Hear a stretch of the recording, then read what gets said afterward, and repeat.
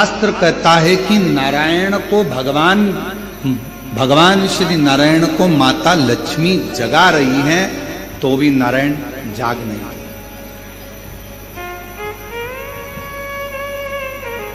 खूब जगाए, बारंबार प्रयास करा परंतु नहीं जागा। अब लक्ष्मी जी ने नारायण भगवान को देखा तो माता लक्ष्मी जी के मन में आया कि मेरे पति तो आज तक चातुर्मास में 4 महीना भले मेरे भगवान सोते हैं, ये मानती हूं, पर ये अभी तो सोने का समय नहीं, और तुम्हारे प्रश्न करते से ही भगवान सो गए, नेत्र बंद हो गए।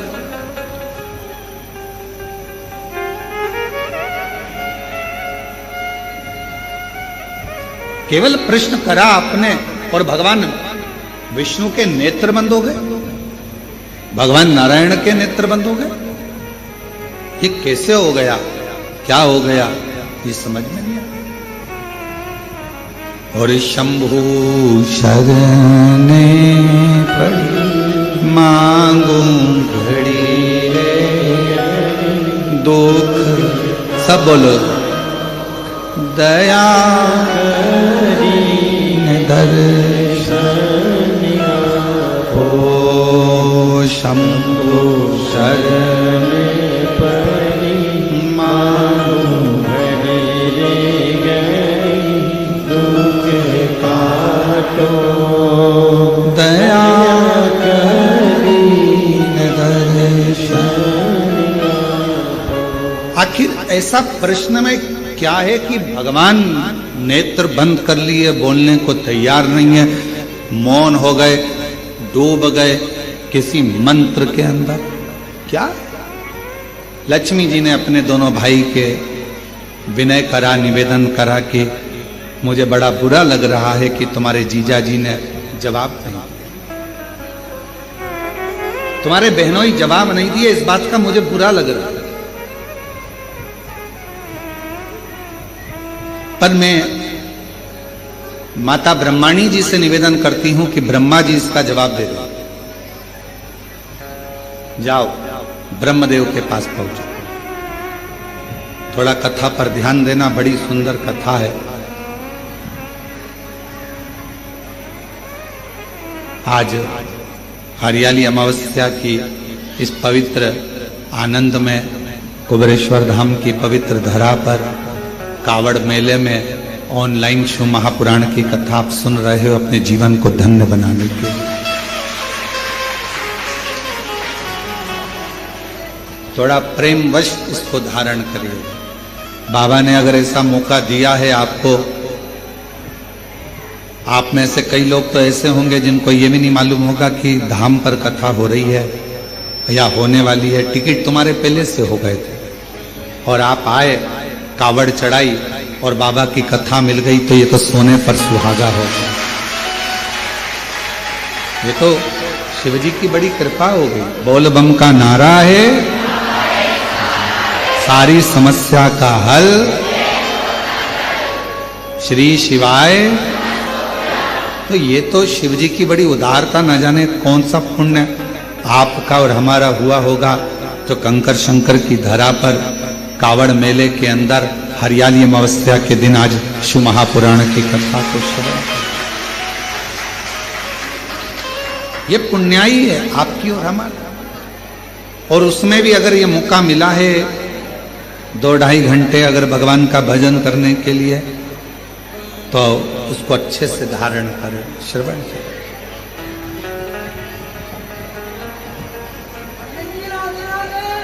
भगवान शिव, भगवान शंकर अब दाता विधाता से माता लक्ष्मी जी ने कहा,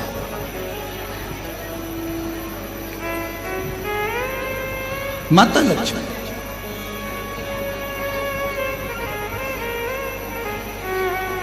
और लक्ष्मी जी कहीं, मैं माता ब्रह्माणी जी से कह देती हूं और ब्रह्माणी जी ब्रह्मा जी से कहकर आपको उत्तर दिलवा देंगी। वो तो सारे वेद ब्रह्मा जी के हस्त कमल में है, उनको सब मालूम। आप जाओ और जाकर उनसे निवेदन करो। चले दाता विधाता फिर चले, और दाता विधाता चलते चलते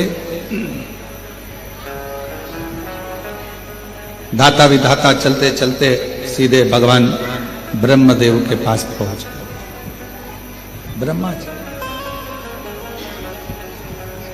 और ब्रह्मदेव के पास में जाकर दाता विधाता ने फिर नमन कर प्रणाम किया, और प्रणाम करते ही ब्रह्मा जी से मुलाकात हुई। ब्रह्मा जी तो बैठे थे। दाता विधाता ने कहा, ब्रह्मा जी ने पूछा, आज दाता विधाता तुम दोनों का यहां आगमन हुआ क्यों? क्यों? कोई व्यक्ति की कामना होती है, कोई व्यक्ति के भीतर प्रश्न होता है, कोई व्यक्ति के भीतर कोई बात होती है, कोई व्यक्ति के भीतर कोई श्रद्धा होती है, कोई विश्वास होता है, कोई मन की दृढ़ता होती है, तो देवताओं के पास जाना होता है। व्यक्ति के अंदर मन में भगवान से कोई चाह होती है तो लोग भगवान के मंदिर, देवालय, शिवालय तक जाते हैं। तुम्हारी चाह क्या क्या चाहते? भगवान ब्रह्मा जी ने जैसे पूछा, पूछते से ही दाता विधाता ने कहा कि बस एक छोटा सा निवेदन है हमारा, हमको ये पूछना है कि सारे देवताओं में वो कौन सा देवता है जो शीघ्र राजी हो जाता है? जप करें तो ठीक, ना करें तो ठीक, भजन करें तो ठीक, ना करें तो ठीक, पूजन करें तो ठीक, ना करें तो ठीक।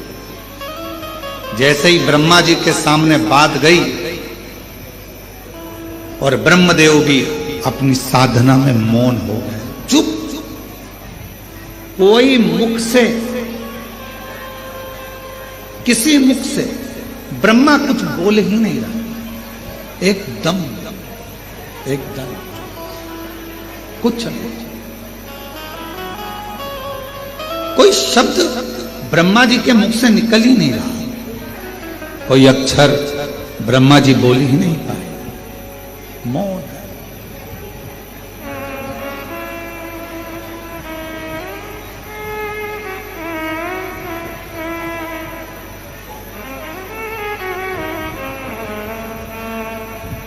ब्रह्माणी जी के हाथ जोड़े दाता विधाता ने कि हमारी बहन ने भेजा था, कहा था कि यहां से उत्तर मिल जाएगा, पर उत्तर यहां भी नहीं मिल रही।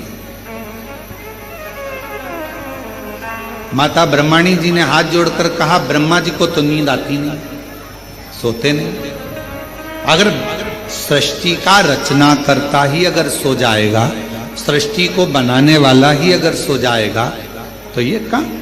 ब्रह्मा जी की मात्र पलक झपकी थी, और पलक झपकने के बाद ब्रह्मा जी के हाथ से वेद खसक गए थे, और वो वेद हयग्रीवा ने ले लिए थे।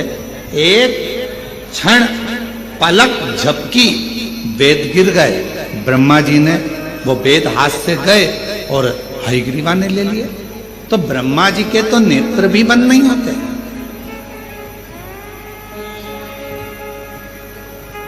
कई कल्प निकल जाते हैं तब ब्रह्मा जी की पलक झपकती, कई कल्प निकल जाते हैं। तो हम तो ये भी नहीं कह सकते कि ब्रह्मा जी को निंद्रा आ गई है, ब्रह्मा जी सो गए।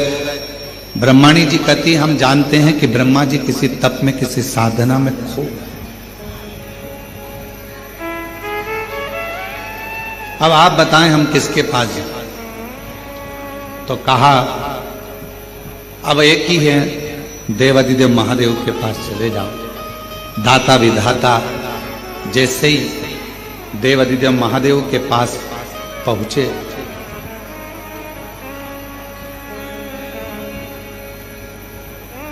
जैसे ही देवादिदेव महादेव के पास में पहुंचे तो क्या देख रहे थे? देवादिदेव महादेव के पास पहुंचते से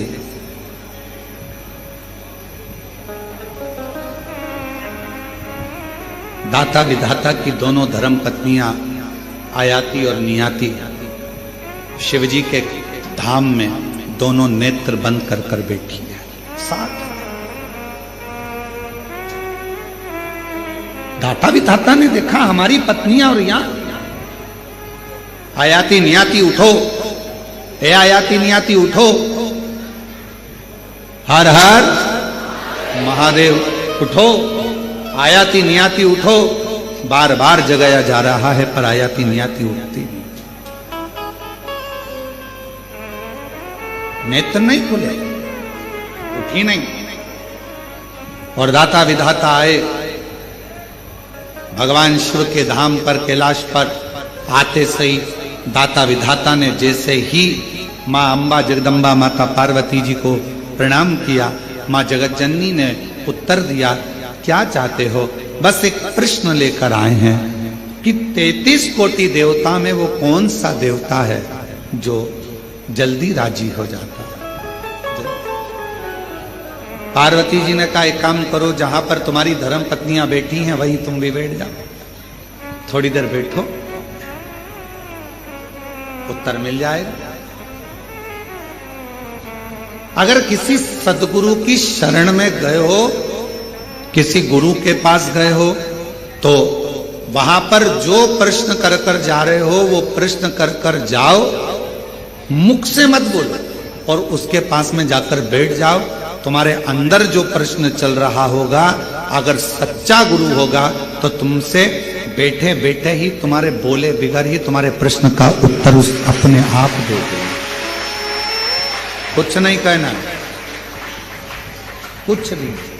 हम तो बाबा के भरोसे चलते हैं, हम तो बाबा के भरोसे चलते हैं, ये दुनिया वाले जलते हैं, ये दुनिया वाले जलते हैं, हम तो बाबा के भरोसे चलते हैं, डमरू वाले के भरोसे चलते हैं, सीहोर वाले के भरोसे चलते हैं। अब सतगुरु के पास, सच्चे भक्त के पास, संत के पास अगर आप पहुंचे हो, आपको कुछ नहीं बोलना, जाकर बैठ जाना है।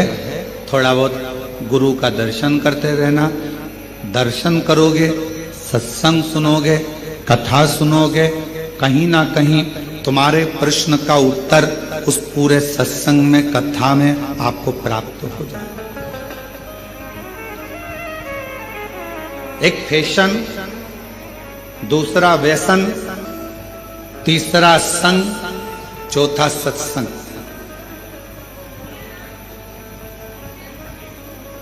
इन चारों का अलग अलग क्रम। क्या क्या? जम के बोलो। पहला फैशन, दूसरा व्यसन, तीसरा संग और चौथा। चारों का अलग अलग। फैशन क्या करता है? आपको ऊपर से अच्छा करता है। कपड़े की डिजाइन चेंज हो गई, आप ऊपर से अच्छे लगोगे। बाल की डिजाइन चेंज हो गई, आप ऊपर से अच्छे लगोगे।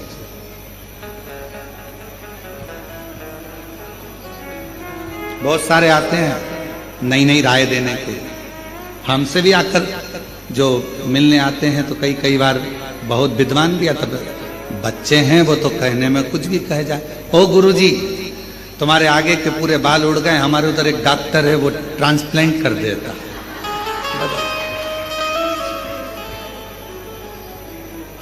अब उसको बदल दो।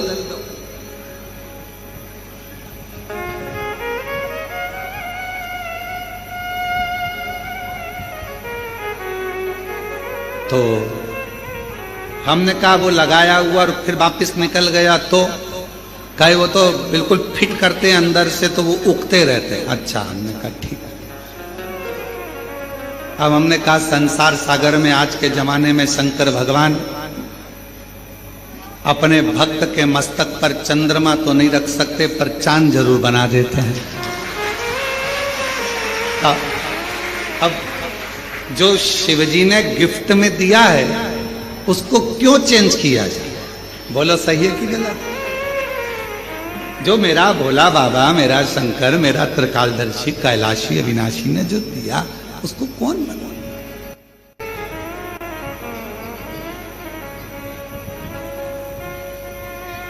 बहुत सारे मिलते हैं, बहुत,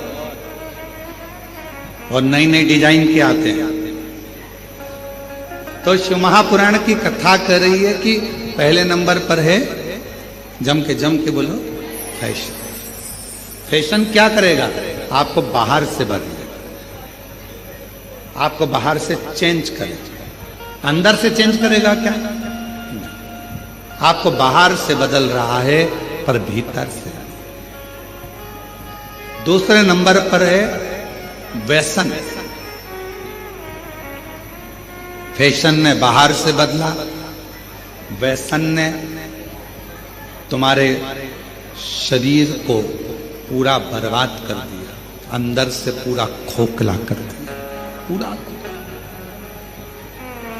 पूरा। व्यसन किसी भी चीज का,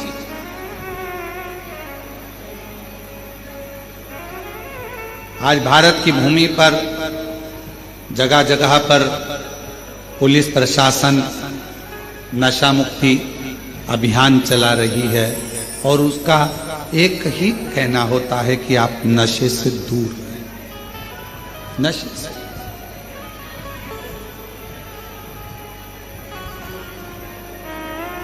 कई लोग हमसे भी कहते हैं कि आप अपनी कथा में लोगों को संकल्प दिलाया करो कि लोग नशे से मुक्त हो जाए। हम उनको समझा कर कहते हैं कि हमारा संकल्प दिलाने से होगा कुछ नहीं, क्योंकि ये कितना भी संकल्प ले लें, इनकी पत्नी बेचारी रोज की कसम देती है कि मत पियो, औलाद की कसम देती है मत पियो, फिर भी नहीं सुधरते, क्योंकि इनको कोई नहीं बदल सकता। व्यसन करने वाले को खुद अंदर से बदलना पड़ता है, दूसरा नहीं बदल, खुद बदलो। किसके लिए बदलो? व्यसन करने वाले को किसके लिए बदलना चाहिए? अपने बच्चों के लिए। आप मदिरा पीकर, नशा कर कर, व्यसन कर कर कहीं रोड पर पड़े हो गए, नाली के किनारे पड़े